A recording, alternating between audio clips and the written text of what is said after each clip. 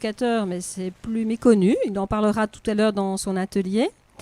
Qu'est-il donc d'autre? Eh bien, il est professeur invité à la Haute École. En réalité, il a répondu à une commande de la Haute École pour nos actes du colloque et une recherche sur le profil de l'éducateur aujourd'hui, son statut et son avenir. Voilà, il va nous présenter les premiers éléments de sa recherche.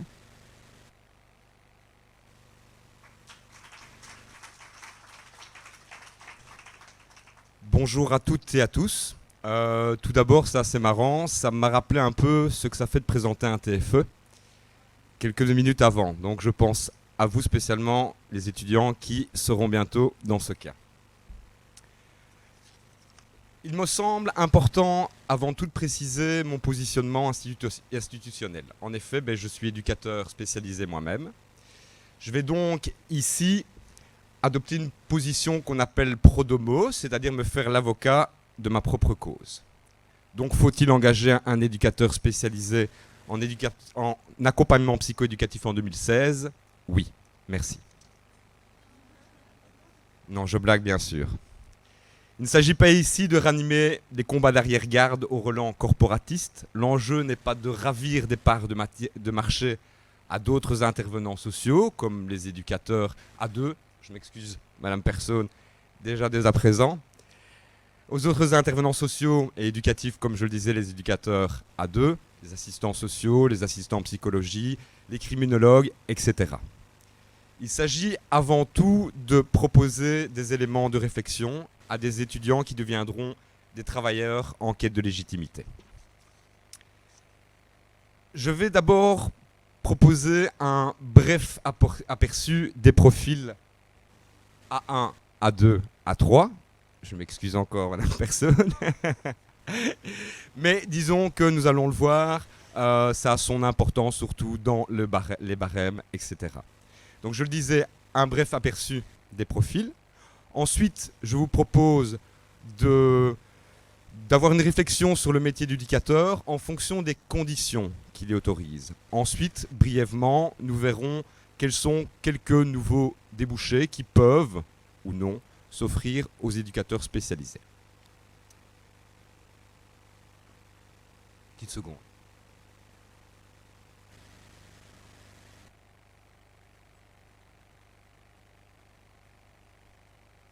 Alors, un petit tableau synthèse ici très simple, éducateur A1, A2, A2B, A3.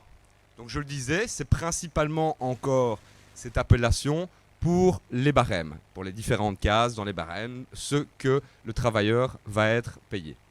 C'est non spécifique au métier d'éducateur. Par exemple, dans le bâtiment, les maçons, là on parlera plus de grades, il y a des maçons premier grade, deuxième grade, etc. L'éducateur A3, ça on le disait tout à l'heure, il n'y a pas de formation spécifique. Éducateur A3, c'est tout simplement quelqu'un qui a réussi ses humanités inférieures, qui a son diplôme de 3e humanité par exemple. Alors, avant, dans le système de l'éducation, on en retrouvait pas mal. Actuellement, c'est de moins en moins et je dirais quelque part, c'est aussi tant mieux pour nous, éducateurs spécialisés. Ils sont souvent appelés assistants à la vie journalière et ils se retrouvent principalement dans le secteur AVIC, anciennement AWIP.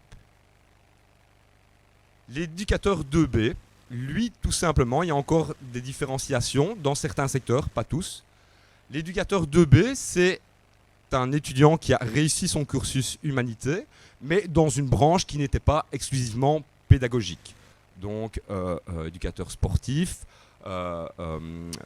social, etc. Ici, c'est tout simplement un étudiant qui aurait réussi ses latins grecs, par exemple. Il peut se dire éducateur 2B. Il arrive encore que des institutions engagent ce type de profil. L'éducateur A1 et A2. J'ai choisi ici de les mettre en parallèle pour relever toute une série de choses. Je tiens aussi à remercier les étudiants tout à l'heure qui nous ont fait part de leur petite enquête. Je trouve que ma petite présentation ici est tout à fait complémentaire aux propos qu'ils ont tenus. Alors, tant pour l'éducateur A1 que l'éducateur A2, il y a plusieurs types de cursus. Il y a d'abord ce qu'on appelle le plein exercice. Pour vous, éducateurs, ici, vous êtes dans le plein exercice. Ça existe donc en humanité et dans le supérieur. Alors depuis le principe de Bologne, il y a pour l'éducateur A1 deux dénominations. Il y a l'éducateur spécialisé en accompagnement psychoéducatif et le bachelier en éducation spécialisée accompagnement socio-sportif. Pour les éducateurs A2, il y a agent d'éducation et animateur socio-sportif. Alors 12 autres écoles qui organisent cela en communauté française. 70 pour le degré d'humanité. Il y a aussi ce qu'on appelle la promotion sociale, tant pour les bacheliers que pour le diplôme de secondaire. Alors, elle s'adresse là, à ce moment-là, à des adultes. Il faut avoir plus de 18 ans pour prétendre commencer ce cursus. Au final, le diplôme est tout à fait le même dans chacun des secteurs. C'est surtout l'importance des périodes de stage qui est marquée ici, principalement aussi pour l'éducateur spécialisé. Donc c'est 600 périodes de stage sur l'année. 16 centres de formation dispensent ce cours en Wallonie et à Bruxelles et 14 pour l'éducateur A2. Alors, les salaires. Ça peut paraître un peu iconoclaste de parler de ça ici, mais je me dis que, voilà, futur étudiant, vous allez à un moment donné avoir, je l'espère le plus rapidement possible, votre premier emploi. Et qu'est-ce qui va tomber dans mes poches ? Eh bien, voilà, plus ou moins. Les chiffres datent de 2013 et 2014. Donc, chaque fois, j'ai précisé pour A1, A2A, A2B, A3. La première ligne, c'est avec 0 année d'ancienneté. Et la deuxième ligne, c'est après 26 ans d'ancienneté. Parce qu'après, c'est pas qu'on doit s'arrêter de travailler, mais on considère qu'après 26 ans, il n'y a plus rien, plus d'expérience qui se fait, qui peut valoriser au niveau du salaire. Ça, c'est les chiffres bruts. Donc, à part si certains de vous ont des notions comptables, je vous ai fait le petit calcul sur la colonne de gauche, à savoir que pour un isolé sans enfant, parce qu'après ça se complique, selon si on est marié, on a des enfants, etc., une personne à charge. Dans sa poche, on a environ 1580 € pour un éducateur spécialisé, éducateur A1, et 1536 pour un éducateur A2A. Déjà, on peut se dire, tiens, la différence n'est pas énorme. Est-ce que ça vaut la peine que je fasse 3 ans d'études pour 30, 40 € en plus? Moi, je pense que oui. Analysons brièvement quelques offres d'emploi du Forum concernant les éducateurs. Alors, on peut remarquer que ça, c'est les chiffres, donc que le Forum a reçu des offres d'emploi avec le vocable éducateur, dans le sens général. On peut remarquer qu'après un pic en 2010, où il y a eu 744 offres d'emploi, nous en sommes à 675 aujourd'hui. Ce qu'on peut dire de manière générale, c'est que ça reste assez stable. Les principaux secteurs d'activité qui sont à l'origine des offres d'emploi éducateurs de manière générale, 78% sont dans l'action sociale, 8% autres, 8% dans la santé et 5% dans les administrations publiques, plan de cohésion sociale, etc. Alors, sur le petit tableau ici, on peut voir qu'on est pas mal servi dans la province du Hainaut, étant donné qu'on a plus de 40% des offres d'emploi qui concernent notre province. Si on prend en bleu, là ce sont les offres d'emploi de manière tout à fait générale, et on peut remarquer que dans la province du Hainaut, on a beaucoup besoin d'éducateurs. Ce qui est bien pour nous qui sommes dans cette province. Le type de régime. Donc le type de régime, c'est temps plein, temps partiel, etc. On voit que ce qui est le plus demandé, ce sont des temps partiels, 4/5e temps principalement. Ensuite vient le temps plein continu. Puis le temps plein à pause, donc lorsqu'on fait des nuits, des après-midi, etc.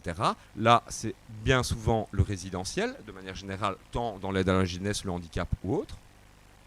Et puis, il reste une part d'inconnus, des temps partiels, très petits, quart-temps, mi-temps, etc. qui représentent 8%.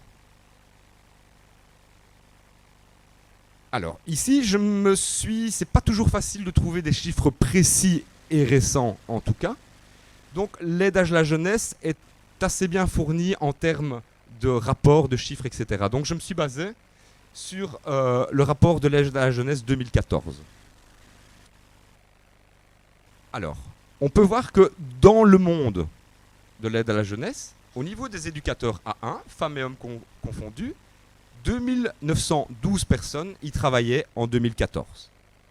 Si vous regardez les autres chiffres, on peut se dire on est pas mal représenté, en tout cas dans l'aide à la jeunesse, qui est plutôt, je pense encore une fois, bon signe pour vous, futurs professionnels.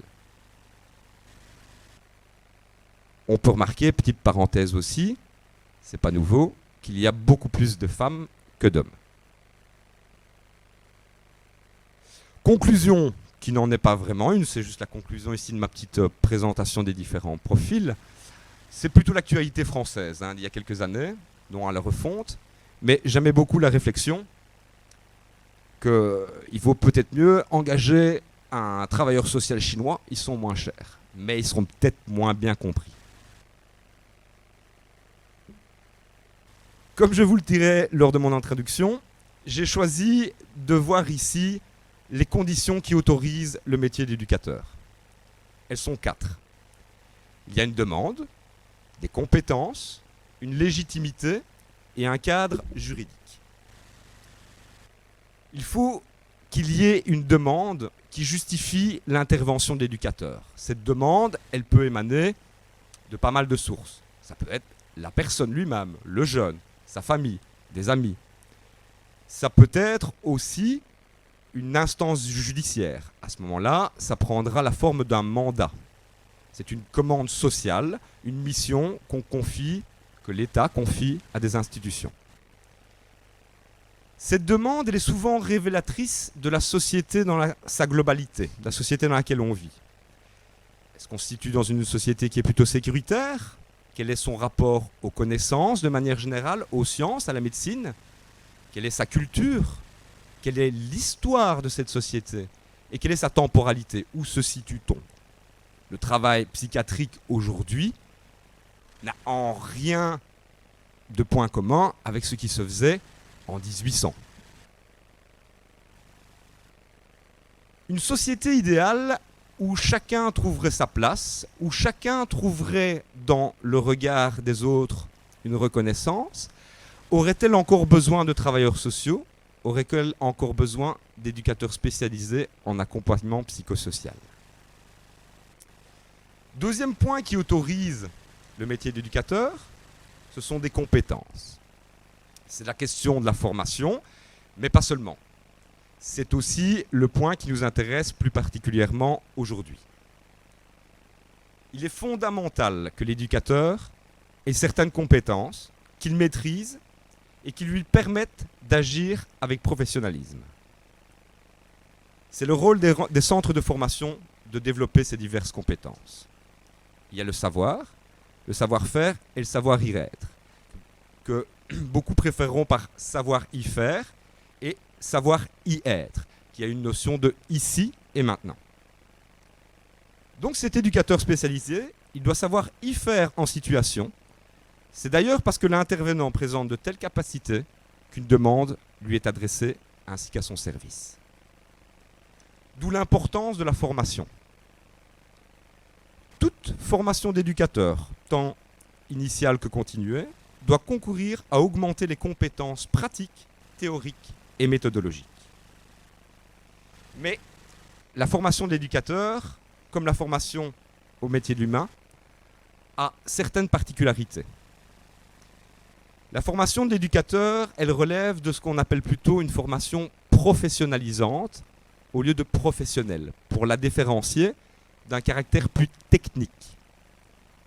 J'entends aussi par professionnalisante qu'elle doit préparer explicitement à l'exercice d'une activité organisée et reconnue. La formation doit favoriser le développement de 3 aspects. Le développement des compétences indispensables à l'accomplissement de l'acte professionnel, l'appropriation de connaissances fondant cet acte professionnel et l'élaboration d'un système de valeurs, d'attitudes spécifiques à la profession, au corps de métier. J'exprime ici la volonté de montrer que la formation au métier de l'humain, et donc celle de l'éducateur spécialisé, n'est pas une formation professionnelle comme les autres. Et cela pour diverses raisons. Je me base ici sur les travaux de Jean Brichot, qui est psychologue clinicien, psychopédagogue et professeur à la Haute École de la province de Liège. Il en a relevé 3. Je me permets de vous les livrer ici. D'abord, l'éducateur travaille dans le registre de l'éthique. Ensuite, c'est la place qui est donnée à l'usager. Et pour terminer, c'est une relation interpersonnelle.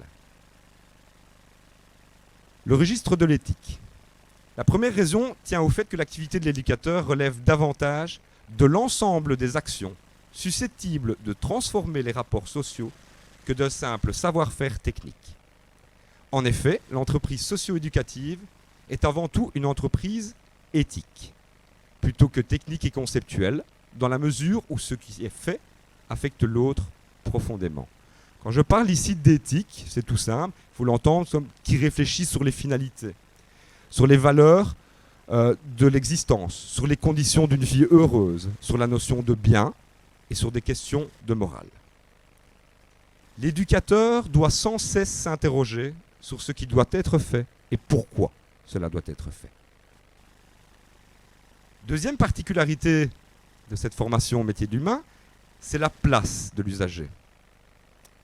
Le fait que l'usager, le bénéficiaire, n'est pas une machine en panne pour laquelle on vient appliquer une technique de réparation et ça marche, tout va bien.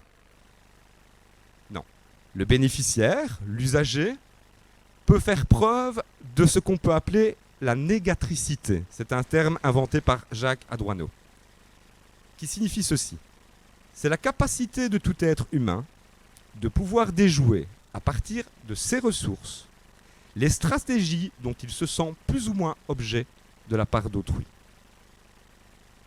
Le travail d'éducateur n'est pas d'imposer le changement à l'usager, mais de chercher son consentement, de manière à favoriser son adhésion au projet de changement qui lui est proposé. C'est en ce sens que l'on peut dire que l'usager doit devenir acteur de son propre changement. C'est tout ce qu'on appelle les notions d'empowerment qui sont à la mode actuellement. Dernier point qui caractérise ces formations au métier d'humain, c'est une relation interpersonnelle.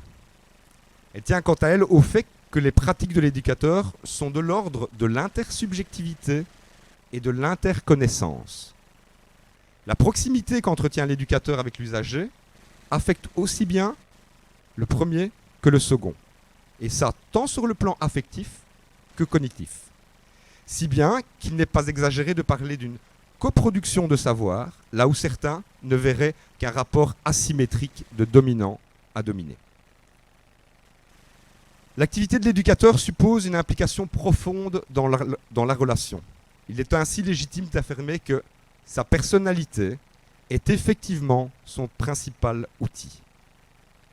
Le travail de l'éducateur se décline non seulement à la lumière de l'éthique, mais également à la lumière des dimensions idéologiques, politiques et philosophiques, ce qui la distingue de bien d'autres activités de service. Ce qui se joue dans la relation avec le bénéficiaire est de l'ordre de l'existentiel et non du matériel. Un point important dans cette formation, qui me semble, c'est former à l'exercice de la fonction critique.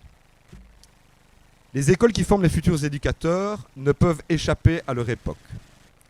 Dans la mesure où le travail social est de jour en jour marqué du discours de l'économisme, il est indispensable que la formation soit de manière à fournir aux futurs éducateurs un éclairage critique. C'est un processus complexe d'apprentissage tout au long de la carrière. Le centre de formation, ce n'est pas une boîte à cours, une boîte à outils, où l'étudiant vient à l'examen en restituant un savoir qu'il a appris et qui, au final, ne lui servira jamais dans sa vie professionnelle. Le centre de formation est avant tout un lieu de réflexion et de construction de soi en tant que sujet. Alors devenir éducateur, c'est pas seulement terminer un cursus et au bout des 3 ans, le diplôme en poche, se dire « ouais, ça y est, je suis éducateur ». Devenir éducateur, c'est s'inscrire dans un processus complexe d'apprentissage dont l'aboutissement n'est pas la certification, mais le développement professionnel qui se déploie tout au long de la carrière.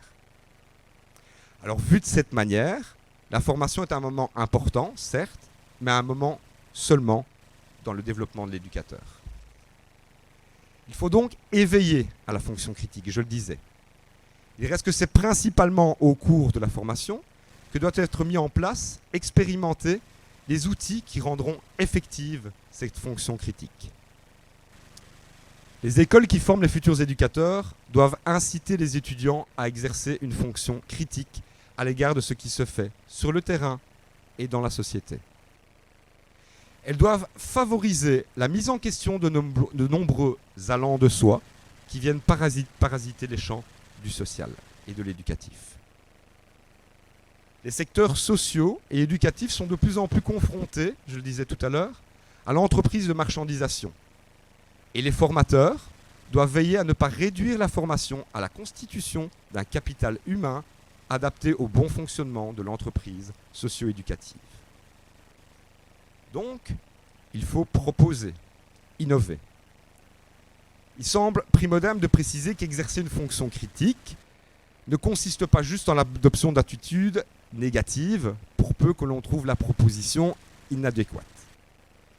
La fonction critique, certes, peut conduire à la désobéissance et à l'indocilité, et cela peut être légitime, mais il convient de ne pas confondre esprit critique et esprit chagrin. L'exercice de la fonction critique, c'est non seulement avoir un regard averti sur le monde, mais c'est aussi développer une force de proposition et d'innovation. Le centre de formation, justement, doit jouer un rôle premier dans l'élaboration et le perfectionnement de programmes d'action innovants face à la réalité socio-éducative. Je me permets ici de citer Jean Brichot, qui, lors d'une journée d'études sur les études d'éducateurs spécialisés en 2005, apportait son éclairage. Nous touchons là du doigt la nécessité pour nos centres de formation de s'ouvrir à la recherche appliquée, à l'instar de ce qui se fait déjà dans les instituts régionaux de travail social français. Il s'agissait au demeurant d'une démission assignée aux hautes écoles par le décret fondateur de 1995. Une décennie plus tard, donc je le disais, nous sommes en 2005, force est de reconnaître qu'il y a loin de la coupe aux lèvres, comme le montrent les résultats de l'enquête commandée par le ministère de l'Enseignement supérieur.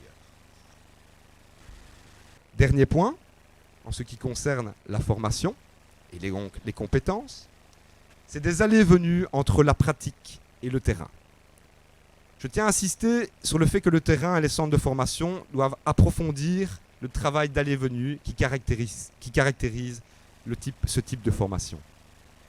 C'est mettre en place un travail d'articulation et de régulation, c'est de créer un mouvement de transformation qui va apporter tant à l'un et à l'autre. C'est partir de la pratique pour y revenir après un détour par la médiation théorique. C'est partir de la théorie pour y revenir après un détour par la médiation pratique. Troisième point qui, selon moi, autorise le métier d'éducateur, c'est une finalité légitime.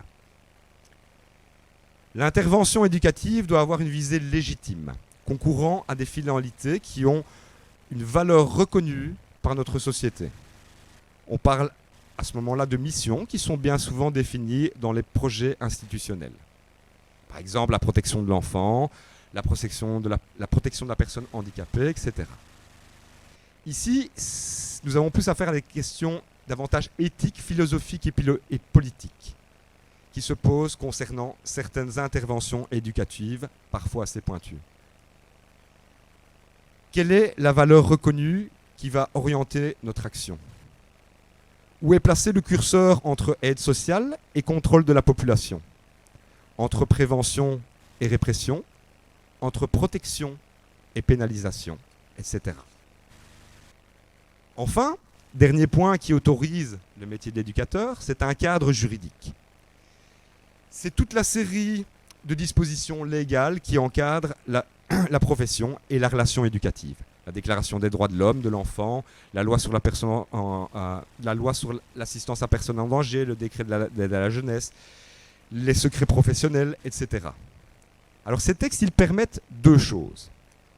D'abord, ils cadrent la relation que certains appellent asymétrique, principalement le contribuable, parce que c'est vrai que d'extérieur, et c'est parfois aussi le cas, la relation qui s'instaure entre l'éducateur et son bénéficiaire, son usager, peut devenir asymétrique et il peut y avoir des débordements. C'est pour ça, d'ailleurs, qu'il y a un cadre juridique. Donc, cadrer cette relation asymétrique et permettre de situer, non sans contradiction et paradoxe, la responsabilité et l'engagement de l'intervenant, les limites de l'intervention et les droits des bénéficiaires. Sa visée peut être comprise comme une tentative d'éviter les abus inhérents à la relation d'aide. Deuxième chose, ils permettent au travail relationnel d'avoir lieu. Une relation d'aide ne peut avoir lieu si le bénéficiaire n'a pas la garantie que ce qu'il révélera, par exemple sur sa vie privée, ne sera marqué du sceau du secret professionnel. Cette obligation de confidentialité est une condition pour laquelle la confiance et le travail de la parole, pour laquelle la confiance et le travail de la parole sont possibles. La déontologie, donc, s'inscrit dans cette quatrième condition. Un code de déontologie se définit comme étant un ensemble de règles qui régissent les rapports de professionnels entre eux, avec leurs clients, je n'aime pas ce mot, mais c'est la définition, et avec la société. Il n'existe pas de code de déontologie propre à la profession d'éducateur spécialisé en accompagnement psycho-éducatif. L'aide à la jeunesse a établi un code qui fixe les règles et les principes de référence tant à l'égard des bénéficiaires et des demandeurs de l'aide qu'à ceux qui l'apportent et à ceux qui contribuent à sa mise en place. Si l'initiative a le mérite de clarifier la conduite, les devoirs éthiques et professionnels qui doivent prévaloir auprès des professionnels de l'aide à la jeunesse, il nous semble qu'un code de déontologie renvoie à toute profession et non à un secteur bien particulier. C'est sur cette quatrième condition qui autorise le métier d'éducateur que nos politiques ont un rôle à jouer. Comme cela est le cas dans l'aide à la jeunesse, et vous le disiez tout à l'heure, Madame Persone, dans le cadre scolaire, je l'apprenais tout à l'heure, le législateur a la possibilité de protéger la fonction par exemple, des décrets, des arrêtés.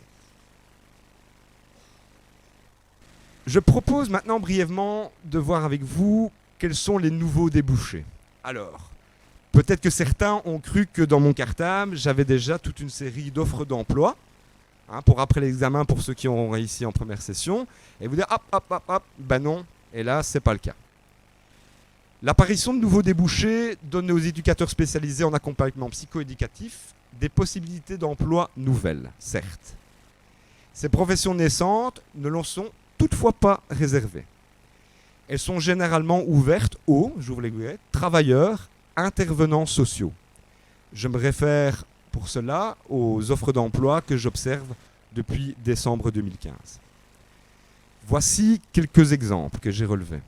Il y a le secteur du logement. Encore une fois, je presse pour ma chapelle, avec les référents sociaux dans les sociétés de logement de services publics, les SLSP. Actuellement, et là l'actualité brûlante, il y a l'accueil aux réfugiés, aux demandeurs d'asile, qui demandent des compétences nouvelles jusqu'alors minimisées. La connaissance d'une langue étrangère, de l'arabe par exemple, des connaissances multiculturelles. Les employeurs sont Faits d'Asile, la Croix-Rouge, les initiatives locales d'accueil qui dépendent des CPS. Le milieu carcéral emploie de plus en plus d'éducateurs spécialisés en accompagnement psycho-éducatif. Les résidences-services pour le 3e et 4e âge. Les plans de cohésion sociale. L'accompagnement dans les nouvelles technologies. Je vous avoue, j'ai vu une seule offre d'emploi. mais où en plus d'un diplôme d'éducateur spécialisé, on demandait des connaissances pointues dans la connaissance d'Internet, des programmes de base, etc. Maintenant, à plus petit niveau, par exemple, les plans de cohésion sociaux énormément développent au sein des quartiers des petits ateliers informatiques pour les personnes avec peu de connaissances, pour le troisième âge, etc. Et là aussi, c'est une possibilité d'engagement pour les futurs éducateurs. Les hôpitaux, maintenant aussi, engagent des éducateurs spécialisés. Si nous revenons un peu plus haut à ma présentation, et donc aux conditions qui autorisent le métier d'éducateur, nous pouvons nous autoriser à penser que, pour toute demande formulée, dont la légitimité serait socialement reconnue, pour laquelle l'éducateur posséderait les compétences pour y répondre, et qui aurait un cadre juridique, il y a une place à prendre. Alors pourquoi engager un éducateur spécialisé en accompagnement psychoéducatif en 2016 ? Risquerait-il de perdre sa singularité en se fondant dans la nébuleuse des travailleurs sociaux ? Parce que la formation d'éducateur s'est inventée, questionnée et affirmée depuis 1953, première proposition de loi sur la protection du titre éducateur. Parce que notre société est loin d'être idéale et permet la mise en marge d'un tas d'individus et de catégories. Parce que chaque jour, de nouvelles demandes sont adressées aux éducateurs. Parce que les éducateurs interviennent au point d'articulation, au point d'insertion de chaque sujet dans le tissu social. Parce que, par son regard et son approche généraliste, l'éducateur est amené à exercer une fonction liante et intégrative par rapport aux autres intervenants. Parce que la noblesse du métier d'éducateur réside finalement dans le supplément d'humanité qu'il apporte, là où sévit le drame et l'inadaptation et l'exclusion. Parce qu'il revient à vous, professeurs, pédagogues et formateurs, d'outiller ces futurs professionnels dans l'exercice d'une profession protéiforme et ô combien passionnante. Parce qu'il revient à vous, jeunes et futurs diplômés, le droit, sinon le devoir, de développer un discours identitaire suffisamment fort pour que le grand public et les pouvoirs publics et privés qui vous emploient vous entendent et vous reconnaissent. Merci.